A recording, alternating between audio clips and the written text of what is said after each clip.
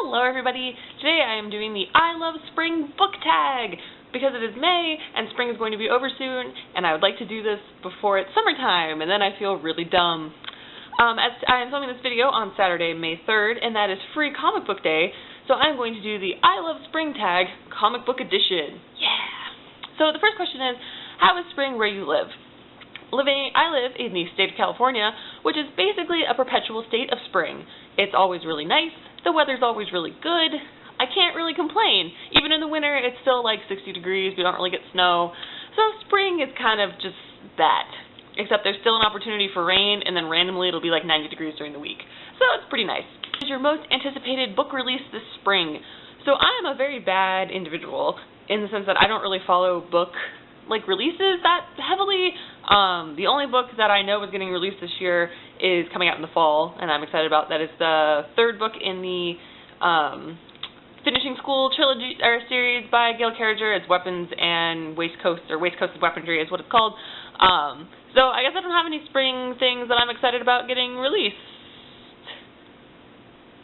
Question number 3. Show us a book cover that makes you think of spring. For this, I chose the third volume of Flight, which has a very nice green cover. And actually, all the covers of Flight are very beautiful, but this is the springiest looking one of the ones that I have. Flight is just an anthology of comics, which is really cool. It's a bunch of little short comics that people do. There isn't really a theme to them. They're all just a bunch of different kind of like fantasy stuff or real life stuff, or they're good. I like it a lot. It's fun. Anthologies are good. So if you want to check out something that's sort of anthology-ish, this is a good one to look at, like the series. The next question is, where are you going to read this spring? I think this question is supposed to try to get me to say, I'm going to go outside and I'm going to lay in the sunshine and I'm not going to do that. I don't do that stuff. Going outside is a bad choice because it's always like 80 degrees, which is not fun. And then you're like laying in the grass, which gets you itchy. Then you're in the sun and then you get sunburnt or you get really sweaty and gross, and it's just not a good experience. So I'm going to continue my reading life on my couch, over there, or my bed when I'm going to bed. The next question is, find a cover with the sun on it.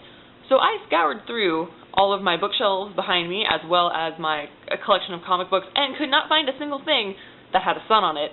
So I'm just going to show you Yotsuba Volume 10, which has some shadows and gives you the hint that maybe the sun is out. That's the best I got. The next question is, what are your favorite spring reads? I don't really have anything particular that I read during particular times of the year. I will say, though, that as spring kind of gets closer, which reminds me of summer, and summer's when all the superhero movies come out, so I read a lot of that kind of stuff. So I guess my recommendations are to read superhero-themed things like Identity Crisis, written by Brad Metzler and drawn by Rags Morloris, and I believe the coloring is Michael Baer. This book is really cool, and it's a DC book, as you can tell. And there's a whole bunch of DC superheroes in it, and basically one of the superheroes' non-superhero wife gets killed, and they're trying to figure out who did it, but there's also some like kind of conspiracy thing going on. It's very, very good, and the writing is really good, and the art is also really nice, and you like all the characters, and I would recommend checking it out. And the other book that I would recommend, too, to check out if you want to read superheroes in preparation for the summertime is Hawkeye Volume 1, My Life as a Weapon, which I don't have the dust jacket on right now, but this is it. I've talked about this before, probably. This is Volume 1. It's an ongoing series, and it's written by Matt Fraction, and the artist is David Aja, plus other people. This one is really fun. It's kind of basically, this is what Hawkeye does when he's not being an Avenger, and the art is really good, and the coloring is excellent, and it's really a good thing to check out. The next question is, find a book with many different colors on it. And so for this one, I chose Adventure Time, Volume 1, written by one of my absolute favorite comic writers, Ryan North.